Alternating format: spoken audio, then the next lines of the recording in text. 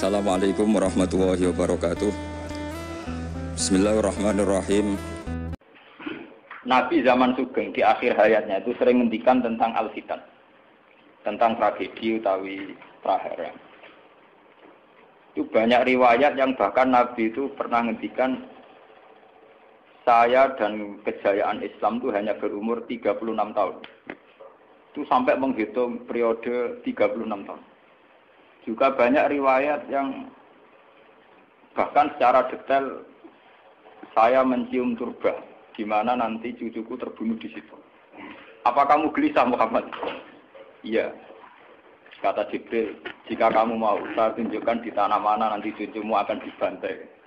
Itu riwayat jauh sebelum Said Husain dibantai di Karbala. Termasuk riwayat-riwayat yang se-ekstrim ini. Jadi ini kan terus mengaji kalau sing wingi bahwa nanti pada akhirnya sing mlebu neraka iku ora wong dolim tok, termasuk kita-kita sing saleh. Jadi wis sempat masuk swarga. Wong pontok khaudun nabi berarti mendekati napa? Swarga. Bahkan bagian riwayat khaudun nabi itu fi jannah. Makanya kalau wingi cerita, niki amun salah paham tuh. Orang Khawarij itu saleh-saleh wong. Justru karena kesalehannya itu melahirkan tragedi dalam Islam. Karena salehnya itu kemudian mengharamkan barang yang mubah, mewajibkan barang yang sebetulnya hanya sunnah. Penyakit wong saleh mesti begitu. Ane jajal awet ke itikaf ning masjid seminggu, saleh seminggu. Engko metu perpal perempuan wong amen jagongan ning omah. Kok ora eling pengen. Padahal eling pangeran iso ning omah iso ning dalan. Cuma dekne selerane kan ilinge ning masjid. Wong itikaf seminggu kok gegere Kak. Gak kata. Engko kowe seneng pengajian ya ngono. Wong kene ora seneng ngaji sing teko kok wong limo. Iku gelem dijak apik ta ora? Padahal ning omah ngurmat anake ya apik. Paham ya? Ning pasar dagang ngurmat anak putu ya apik. Cuma APM kan kiai dari pelepak-pelepok ning masjid. Tapi gara-gara pelepak-pelepok ning masjid seminggu gegere tengah. Terus menfonis orang lain. Wah ada. Jadi sebentuk kesalehan itu pasti melahirkan tragedi. Itu tadi, kamu iktikaf di masjid seminggu saja. Kamu akan janggal sama orang-orang yang berkeliaran di jalan-jalan. Hanya kamu anggap tidak sebaik kamu. Apa ingat Tuhan kalau di jalan-jalan terus? Kamu nyai di satu daerah yang ngaji 10, 20. Nanti kamu kecewa. Orang sini gak seneng ngaji, gak seneng kebenaran, gak seneng kebaikan. Padahal orang yang di rumah mungkin ngerawat anaknya juga ibadah. Gitu kan? Rawat keluarganya juga ibadah. Hanya karena dia tidak ngaji sama kamu anggap tidak ibadah. Padahal di rumah juga ibadah dia. Nah ini orang Khawarij dengan background kayak itu paling mudah begitu. Sehingga orang-orang ini nanti ketika sudah sampai ke surga, kemudian ketemu Nabi, kata Nabi mau disampaikan ke Khaudun Nabi. Dia mau sampai ke telaga Nabi. Tapi pas mau sampai ke telaga, terus Nabi diingatkan oleh Allah, Mas, mereka tidak layak masuk surga. Innahum qad ahdatsu ba'dak. Mereka bikin bid'ah setelah kamu.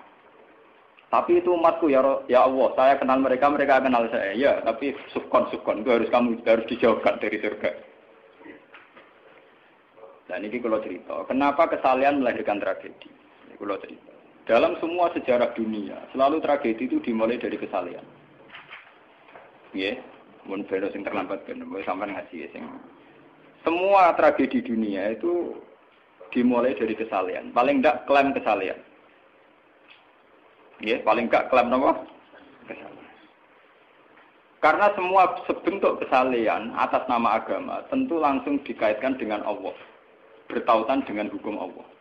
Kalau sudah kamu yakini itu hukum Allah, tentu kamu dengan mudah akan menghukumi kafir siapa saja yang menentang. Karena kamu anggap melecehkan hukum Allah. Akhir dari itu tentu kamu akan tahlilud dam. Nak ngono wong iku halal darah. Ini rungokno tenan. Karena setiap pelanggaran atas nama agama tentu dianggap melanggar hukum Allah.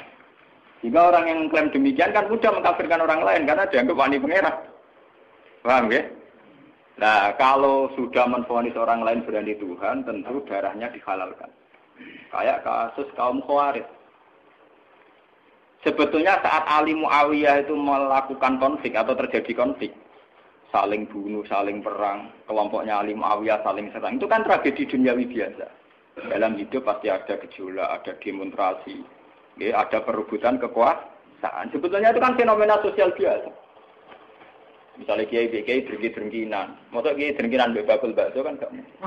Bakul bakso drengki-drengkinan bakul bakso. Orang malah bakul es rukun. Tidak bisa kamu logika panas musuhnya adem, bakul bakso jejer bakul es rukun.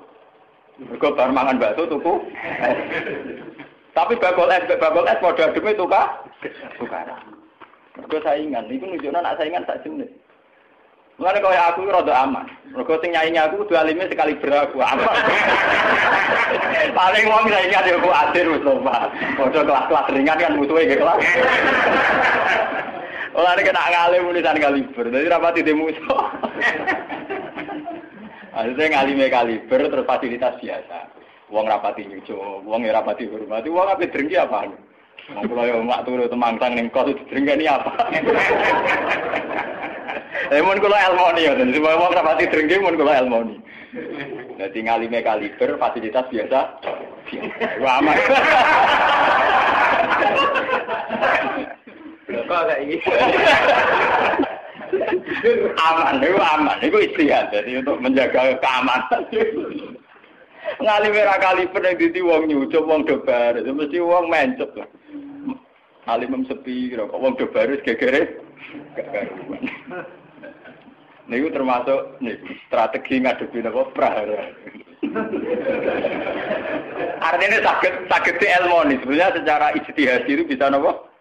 Bisa den. Lalu kula biasa mama-mama teng kula mriko nggih rumbal we anak kula. Enggak, nggih biasa ana mobil direm, Gus, monggo bareng kula. Kak, lagi ben bis. Kula betul mobil, nah ono omah muter pirang-pirang. Nah itu memang gitu ya, karena kita trauma dengan sejarah. Ketika Khawarij meyakini Ali melahirkan sulmatan fiddin, melahirkan pencitraan agama. Salmatan fiddin, sulmatan fiddin itu pencitraan agama.